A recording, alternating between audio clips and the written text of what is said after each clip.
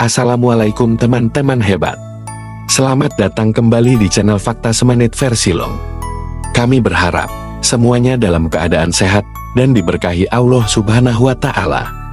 Di video ini, kami akan membuka topik yang sangat penting, yang mana bisa merubah cara pandang kita mengenai praktik sholat agar dapat menyempurnakannya dan menambah kehusuan dalam melakukan sholat.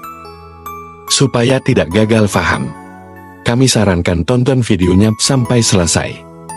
Sholat merupakan salah satu rukun Islam yang penting bagi umat muslim. Namun, pentingnya bukan hanya sekadar menjalankan sholat, tetapi juga memperhatikan kualitas dan keikhlasan dalam melaksanakannya. Oleh karena itu, di video ini kami memiliki tujuan untuk mengidentifikasi ciri-ciri sholat orang yang dibenci oleh Allah dan Rasul-Nya, agar dapat memberikan pemahaman yang lebih baik tentang sholat yang dianugerahkan oleh Allah melalui Rasul-Nya, serta memberikan pandangan bagi umat muslim dalam menjalankan sholat dengan benar, sehingga kita dapat meraih ridhonya. Sholat adalah salah satu kewajiban bagi setiap muslim dan dituangkan dalam rukun Islam setelah bersyahadat. Namun, tidak semua sholat dianggap sama di hadapan Allah Subhanahu wa Ta'ala. Alangkah baiknya jika mendirikan sholat dilakukan dengan keikhlasan dan kualitas yang baik. Oleh karena itu, penting rasanya untuk kita memahami ciri-ciri sholat yang tidak Allah sukai, agar sholat kita dapat diterima sesuai dengan apa yang kita semua harapkan. Mengacu pada Al-Quran dan hadis yang kami analisis, ditemukan beberapa ciri-ciri sholat yang membuat Allah tidak menyukainya. Ciri yang pertama adalah sholat yang dilakukan dengan kurang khusyuk dan konsentrasi, sehingga membuat individu terburu-buru dalam melaksanakannya. Dari Abu Hurairah radhiyallahu anhu, ia berkata, Rasulullah bersabda, "Mana mungkin sholatnya diterima? Orang yang mempercepat rukunya, memperpendek sujudnya, dan mempercepat pelaksanaan sholatnya." Hadis riwayat Muslim. Hadis ini mengindikasikan bahwa seseorang yang terburu-buru dalam melaksanakan ruku dan sujud dalam sholatnya, serta tidak memberikan waktu yang cukup untuk setiap gerakan, sholatnya tidak akan diterima oleh Allah Subhanahu wa Ta'ala.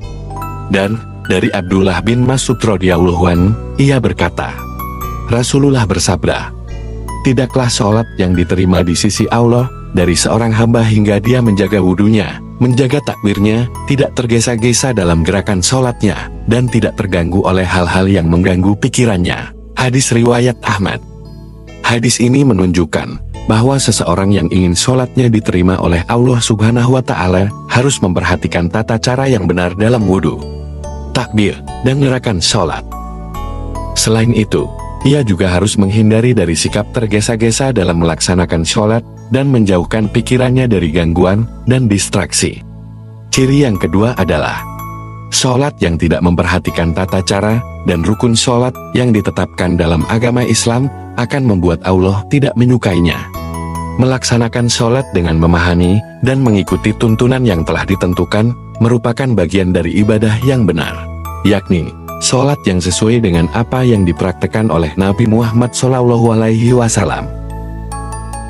Nabi Muhammad SAW menyatakan agar kaum muslim bisa meniru sebagaimana beliau sholat. Dari Malik bin Huwairis, ia berkata, Rasulullah SAW bersabda, "Sholatlah kalian sebagaimana kalian melihat aku sholat." Hadis riwayat Bukhari. Ciri berikutnya adalah sholat yang dilakukan dalam keadaan kurang bersih dan tidak memperhatikan kebersihan diri, juga tidak akan mendapatkan ridho dari Allah Subhanahu wa Ta'ala. Mengurus kebersihan diri dan tempat sholat adalah salah satu aspek yang penting dalam menjalankan ibadah sholat. Bersih dari hadas menjadi syarat sah sholat berdasarkan hadis Nabi SAW.